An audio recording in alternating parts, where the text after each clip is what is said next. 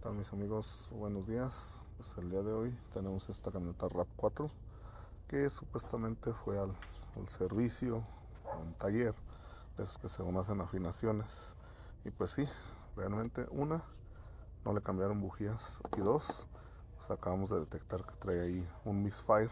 De hecho ya le habían cambiado una bobina y pues ahorita lo que siempre les he dicho, vamos a reemplazar todo el paquete de bobinas mejor para que así empiece desde cero. Entonces ahorita les muestro la vista ya con el escáner y pues para que vean, pero principalmente esto mismo. Sí son bujías de platino, pero pues esto no se lo cambiaron. Nada, le cambiaron aceite, le cambiaron sus filtros y ya. Entonces pues aquí la señora de esta camioneta pues muy seguramente va a tener que ir a reclamar. De hecho sí le entregaron el filtro viejo, aquí está.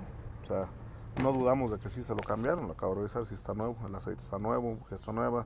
Este modelo RAV4 no lleva filtro de gasolina, pero aquí la cuestión es por qué no le cambiaron bujías. Aprovechando, digo, de todas maneras pues se le conjugaron las fallas. Al que no le cambiaron las bujías y el misfire de ahí por la bobina.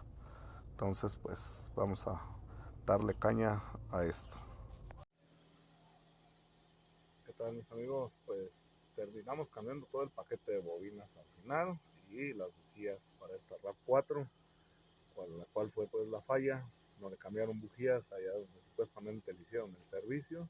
La señora pues ya fue a reclamar, yo de todas maneras pues metí las bujías, ahí le hicieron un reembolso y pues bueno, y pues se le conjugaron dos fallas.